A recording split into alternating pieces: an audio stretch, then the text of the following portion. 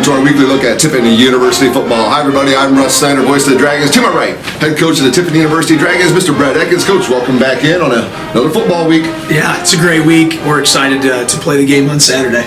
Out of the non-conference part of the schedule, getting ready to get into the conference part, which is always nice, the familiarity with your opponents, and you use those non-conference games to evaluate your squad, see where you're at when it comes to conference play. And I bet your kids are pretty excited to have Ohio Dominican on the schedule this Saturday. Yeah, they're fired up. We've got a lot of guys from the Columbus area, so they're really excited to get back home and play some football in front of their friends and family. Well, last weekend the Dragons went on the road to take on the #1 team in the country, the Bulldogs of Ferris State University. And, well, I'll tell you what, Coach, you couldn't be more proud of your kids, the way they battled, especially in the second half. My gosh, they gave Ferris everything they wanted. I think Ferris at the end of the game was the happiest that clock got to 0. Yeah, there's no moral victory. We don't believe in that. It's not okay to lose games. For us, it's all about the disappointment of the loss, but the encouragement of how we played. We played together. We played unified. Battled like crazy in the second half, but ultimately we've got to come away with wins in close games. Yeah, well, the Dragons, now you take your focus to Ohio Dominican, but we'll take a quick look back at that game. And I don't know who had on their bingo card first touchdown of the game, Joey Truesdale, but good to see the young man getting himself in the end zone early on in the game. Yeah, it was awesome. We're excited for him. He came in as a linebacker, made the transition to tight end or fullback, whatever you want to call him. And we were talking about as a staff throughout camp, getting him the ball, and he did a great job. He caught the ball, scored his first touchdown. He was fired up. Ball at the 2-yard line, first down. 10:42, first quarter clock, opening drive. First and goal for the Dragons, ball at the 2. Banks Dorn will be the tailback. Fullback Joey Truesdell's in there, and the number 45 off to the left. Alex under center for this play. Turns, fakes the handoff. He's going to throw it to the fullback, and he's going to walk in the end zone. The Dragons strike first. 6-zip Tiffin, 10:38 on the clock with the extra point coming.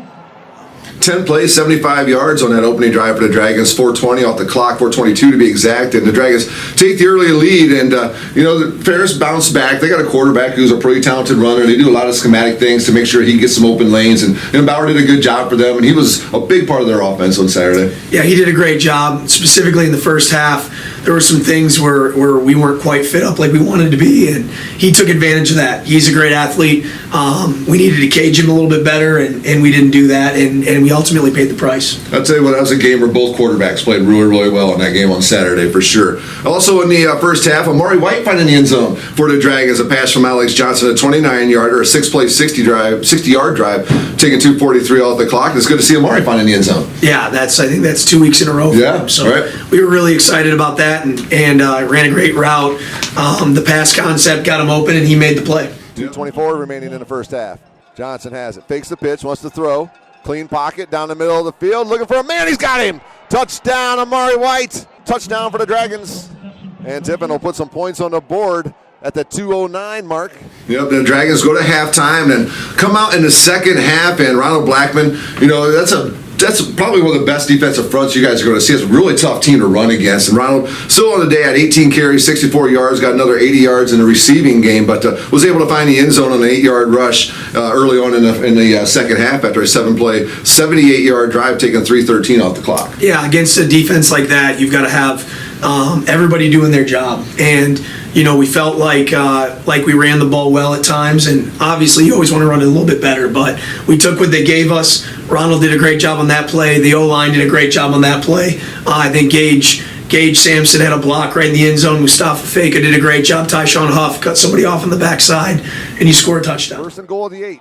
McKinstry, the lone wide out to the left. Now out to the right's White. Handoff to the 5. Ronald Blackman into the end zone from 8 yards out, and Tiffin showing a little bit of life here in the second half. Ronald Blackman from about 8 yards out. Absolutely. And then also, before the game, I was hanging out in the hotel lobby. Some assistant coaches talking to me like, man, special team score would be good today. Special team score would be good today. And then blocked field goal. And your special teams player of the week in the conference, Malik Baker, had a nice job, a nice game on the defensive side, and then picks up that blocked field goal, goes 77 yards. That special teams touchdown is always nice to see. Yeah, I've got to shout out Dennis Crawford for blocking the field goal. He did a great job. We worked it hard all week. The timing of it, the technique of it, he did a great job blocking. And then Malik scooped the ball. Chris Walton was down the field with a bunch of other guys throwing blocks for us to score, and it was awesome to see. Ball's on the turf, and now at the dive on it. So just bobbled the snap and had to fall out the 7-yard line. Here comes the field goal unit. I always tell that, but the two smallest guys come running out. So this will be a 24-yard attempt. Right in the middle of the field. Snap and hold, kick. It's blocked. It's blocked. And Tiffin's going to scoop it at the 20, makes a man miss. He's got blockers down the near sideline. The 50, the 40, the 30, and to the house. Malik Baker, the Dragons just put 6 on the board. Boy, what a big play when he dropped the snap on 3rd down. Thank you very much. And that turns into points for Tiffin. And we got ourselves a ball game now, people. Pretty crazy to see the amount of hustle that those guys on their special teams, when they get a chance, one of their guys gets the ball, I mean, they are down the field. It's awesome to see, for sure. And then the Dragons' last touchdown of the game, Jaden McKinstry, a 65-yard pass from Alex Johnson, a one-play drive, 12 seconds off the clock, and that put the Dragons back to within a touchdown late in the game. No, first down from the 35-yard line. First down play. Johnson has it, fires over the middle. It's caught at the 50, at the 40, at the 30, at the 20, at the 10, and into the end zone. Yeah, touchdown. Oh, boy. Dragons score quickly and keep us alive. Wow. Jaden McKinstry with the catch, and then let his legs do the work. Just right down the middle. They couldn't catch him until he got to the goal line. Fair State able to get the clock down to triple zeros and able to get away with the win. But a great play, great pass from Alex, hit Jaden in stride, and Jade just used those wheels and got to the end zone. Yeah, at that point we were 2 scores down, and that put it within 1 score again. And that was a big response from a great play that they made, before to pull away 2 scores. So it was a big response. We knew we'd have to get the ball back and we'd have to go down and have another opportunity to score. We did have another opportunity.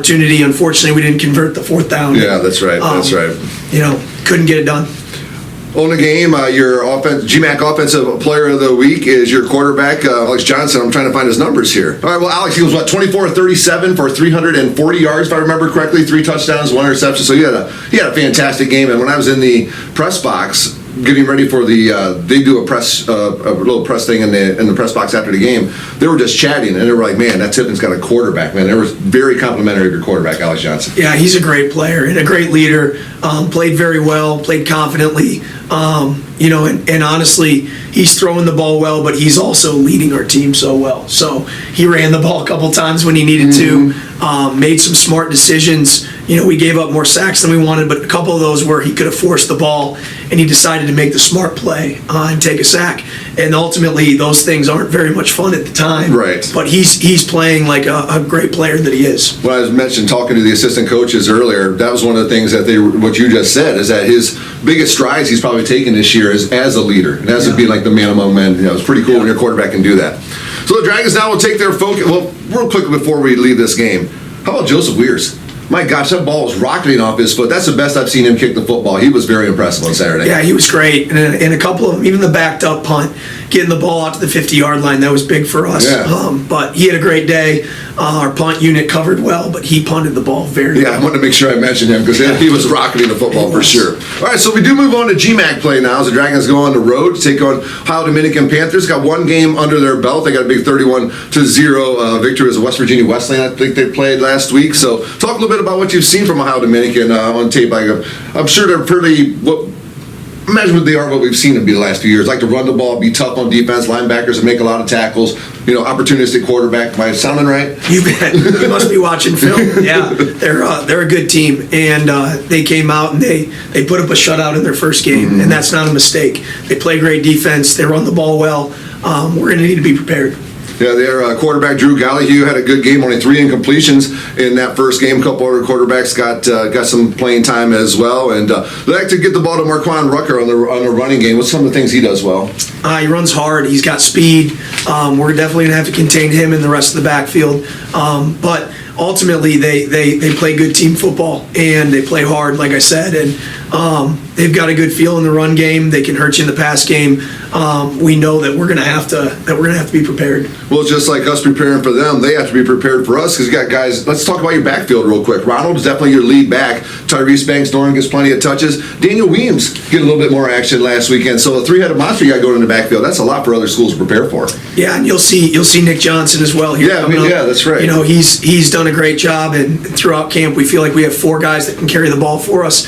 Ronald's been doing a great job and really been dynamic in the pass game as well. Right. So seeing our guys be complete backs and having the ability to rotate is big for us. Well, I noticed in the game at Ferris State, there was a lot of times that you were able to get Ronald open in the backfield. I'm sure it's the schematic things you did. I don't know what you guys did at halftime, but your defensive adjustments were fantastic in that second half against Ferris State and the Bulldogs. So Jacob Dwayne, man, on the defensive side, racking up tackles. He was flying all over the place. I thought your defense, the numbers could look deceiving, but I thought your defense looked fast, and I thought they played pretty well. This is a really good football team you played last week. Yeah, the thing that's encouraging is we feel like, I think Ferris State probably feels this way. They played well, and I know that they probably would love to have the third quarterback. We'd like to have the second quarterback. Right. But two great teams playing against each other and trying to be at their best. Jacob had a great day. I mean, I think he had 15 tackles. Yeah. It was truly a physical, competitive 60-minute football game. Ethan Evers as well, the linebacking spot, had 6 tackles for you. Isaiah Funches Foster, Malik Baker out the backfield also with 6 tackles for the Dragons. Noon kickoff this Saturday, I believe, right down at Ohio Dominican. Pretty fun place to go play, unique little setting, but I always ask you every week, let's talk about some of the adjectives of the folks they're going to see from your kids when they get out there this Saturday. We know they're going to play hard, they're going to play tough from your kids. Unified. Number one, you're going to see a team playing team football, complementary football. Man, they're going to be excited. Like I said, a lot of guys on our roster are from Columbus. Yeah. They can't wait to go home and play in front of their family, and honestly, they should be excited about that. Well, we saw that in week 1. Yeah. Guys from Detroit going to Wayne State. So, yeah. and part of the unity is the guys that aren't from there are really excited to go and help those guys have a great day. So, you're going to see those two things. You're going to see us be physical, flying around. You're going to see us playing 100 miles an hour. We got the returning GMAC Special Teams Player of the Week. You got the GMAC Offensive Player of the Week coming in, and we know how the Dragon defense does their thing as well. So we're looking forward to it this Saturday. We'll have the replay of this show audio at about 11 o'clock. We'll go on our pregame about 11:30. The kickoff at 12 noon as the Dragons go on the road to take on the Panthers of Ohio Dominican University. We won't keep you too long, Coach. Your voice slow. It's only been a couple weeks, and we got a few more weeks of football to get through this year. It's been a spirited week at practice. Our guys came out ready to go yesterday, so I'm just as excited. My voice is gone from yelling and getting after it, just like we always do. So, absolutely. We're fired up to play, and man, we can't wait to be in GMAC play here. Yep, GMAC play starts this week. Still a couple more road games where the Dragons get to come home, but a couple road games, a couple GMAC wins. We'll take them and we'll come back home and see where we stand after that point. So Dragons on the road at Ohio Dominican this Saturday, 12 noon. We'll have you on the radio side at the TU Dragon Football Radio Network. They'll handle the video side with Flow College. Coach, thank you so much for your time. I'm sure they're going to keep working hard the rest of this week, and we'll see you on Saturday. Yeah, I can't wait. All right, this has been our look at Tiffin University Football's Dragon Football Weekly. He's Brett Ekkens. I'm Russ Snyder. We'll catch you next time.